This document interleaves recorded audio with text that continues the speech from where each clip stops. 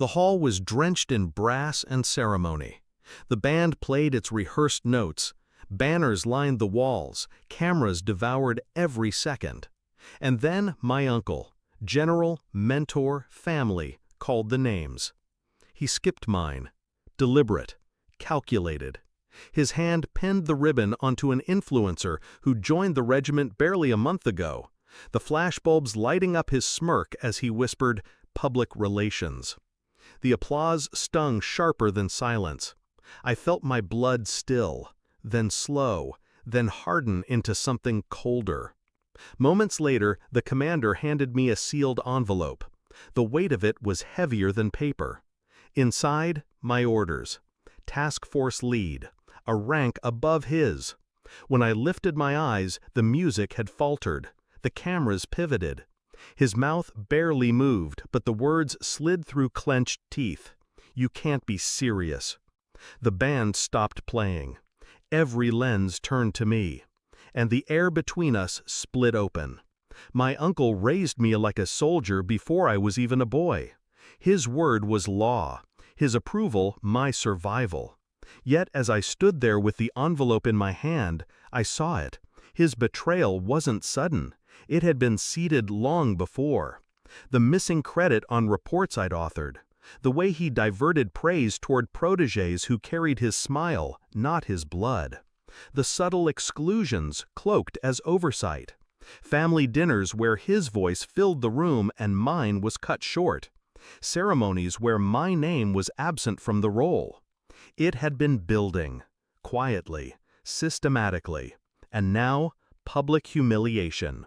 He'd denied me in front of the entire regiment, replaced my work with a prop.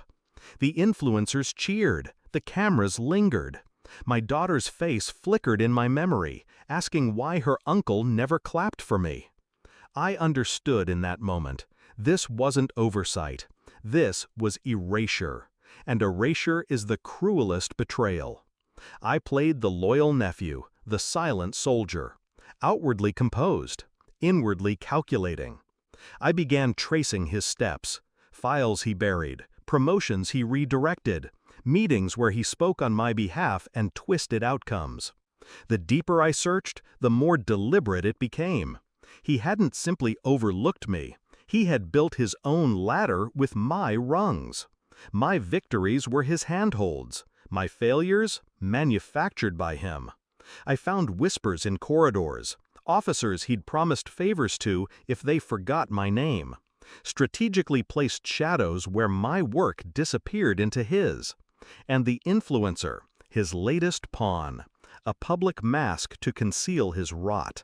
I said nothing. I smiled at dinners. I let him believe his power untouched. But beneath the stillness, I sharpened the silence into a blade. The evidence arrived piece by piece until it formed a perfect picture. Signed documents with my handwriting erased, replaced by his. Orders rerouted, recommendations lost, reports manipulated to diminish me while inflating him. The betrayal was surgical.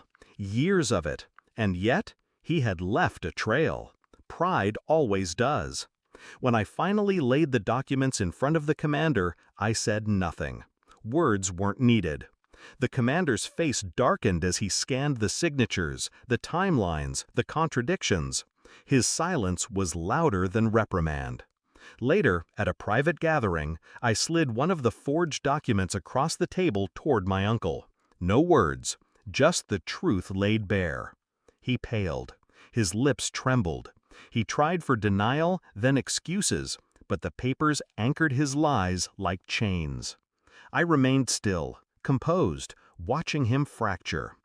At the next ceremony, the roles reversed. This time, the commander spoke my name first. My title echoed across the hall. Cameras flashed, catching the glint of new rank on my shoulder. My uncle stood in the line of officers, his ribbon already dull, his smile absent.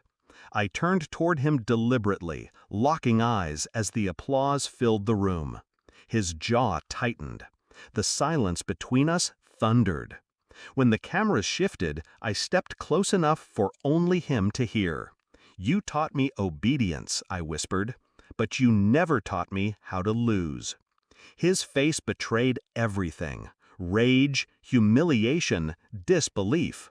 I didn't gloat. I didn't smile. I simply turned away, letting him drown in the applause that no longer belonged to him.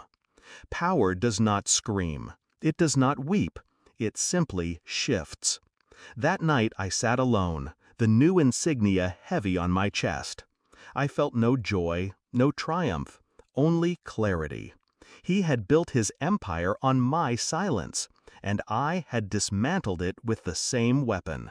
Betrayal had been his lesson, vindication mine. I no longer sought his approval. I no longer carried his shadow. I had severed the bond, clean and permanent. Family by blood, enemy by choice. And as I stared into the mirror, I realized something final, something cold. I did not need him to fall. I only needed him to watch me rise. Final line: he erased my name for years, so I carved it into his ruin. Thanks for watching. Don't forget to like, share, and comment. Subscribe now to Cheating Stories Insight World for more amazing stories.